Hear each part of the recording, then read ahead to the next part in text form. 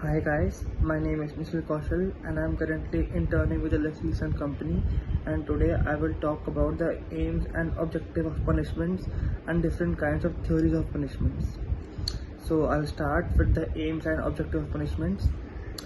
So basically, the criminal law seeks to protect not only the individual but also the very structure and fabric of society from undesirable, nefarious, and notorious activities and behavior of such individuals and organizations who try to disrupt and disturb the public peace and tranquility and harmony in the society.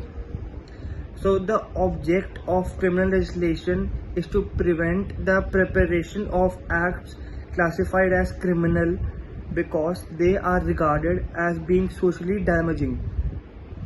In other words, punishments is the sanction imposed on an accused for the infringement of the established rules and norms of the society. So basically, the objects of punishment is to protect the society from mischievous and undesirable elements by deterring potential offenders, by preventing the actual offenders from committing further offenses, and by reforming and turning them into law-abiding citizens. So basically, there are 5 types of different theories in punishments. I'll start with the first, which is known as deterrent theory. So basically, according to this theory, the object of punishment is not only to prevent the wrongdoer from doing a wrong a second time, but also to make him an example to others who have criminal tendencies. So the deterrent theory was also the basis of punishment in England in the medieval period.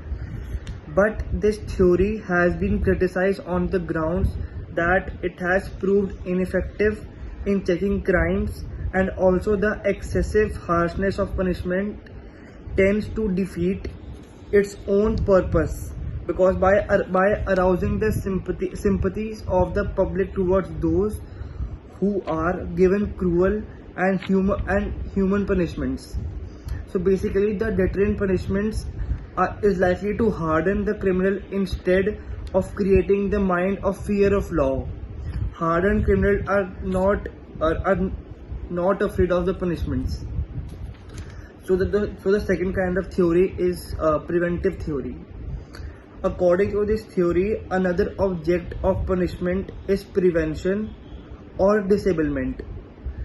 Offenders are disabled from repeating the crime by avoiding punishments such as death, exile, and forfeiture of the office. By putting the criminal in jail, he is prevented from committing another crime.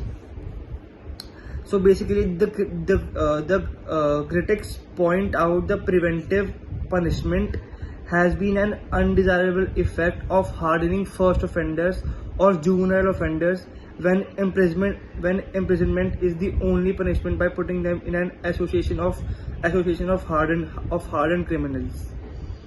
So the third type of theory is the retributive theory.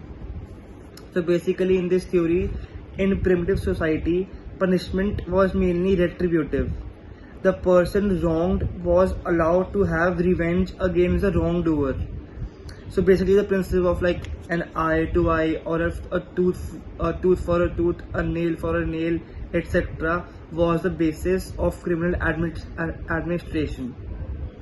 The advocates of this theory plead that the criminal deserves to suffer. So it is urged that unless the criminal receives the punishment he deserves, one or both of the following effects will be reserved, namely, the victim will seek individual revenge, which may be lynching like killing or punishing violently, or the victim will refuse to make a complaint or offer testimony, and the state will therefore be handicapped in dealing with criminals. So basically, this retributive theory gratifies the instinct for revenge and retaliation, which exist not merely in the individual wronged but also the society at large. Now the fourth kind of theory is reformative theory. So basically, according to the reformative theory, the object of punishment is the reformation of criminals. It is maintained that punishment tends to reform criminals and that it accomplishes this by instilling in them a fear of repetition of punishment and a conviction that crime does not pay, or by breaking the habits that the criminals have formed. So basically, the object of the punishment should be to reform the offender.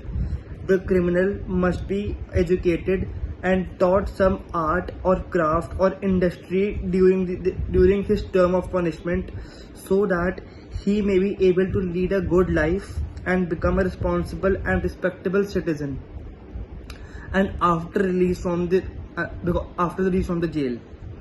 So while awarding punishment, the judge should study the character and the age of the offender, his early breeding, his family background, his education and environment, these circumstances under which he or she committed the crime, the motive which prompted him to indulge in criminal activities, etc.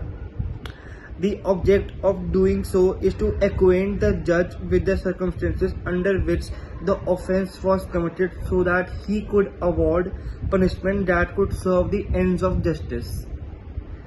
So basically, the critics of this theory states that if criminals are sent to prison to be transformed into good citizens, a prison will no longer be a prison but only a dwelling house. So the deterrent motive should not be abandoned altogether in the favor of reformative theory approach, since the permanent influence of criminal law contributes largely to the maintenance of ethical, moral and social habits. So basically, the large theory of punishment is the multiple approach theory. Basically, this theory says that a perfect system of criminal justice could never be based on a single theory of justice. So basically, it would be a combination of all. Like, for example, every theory has its own merits and every effort should be made to extract the good points from each and integrate it so that the best of all could be achieved. For instance, the reformative theory aspect must be given its proper place. The offender is not only a criminal to be punished, but also a patient which is to be treated. Punishment should be proportionate to the nature and gravity of the crime. So this theory says. So that's all for today. Thank you.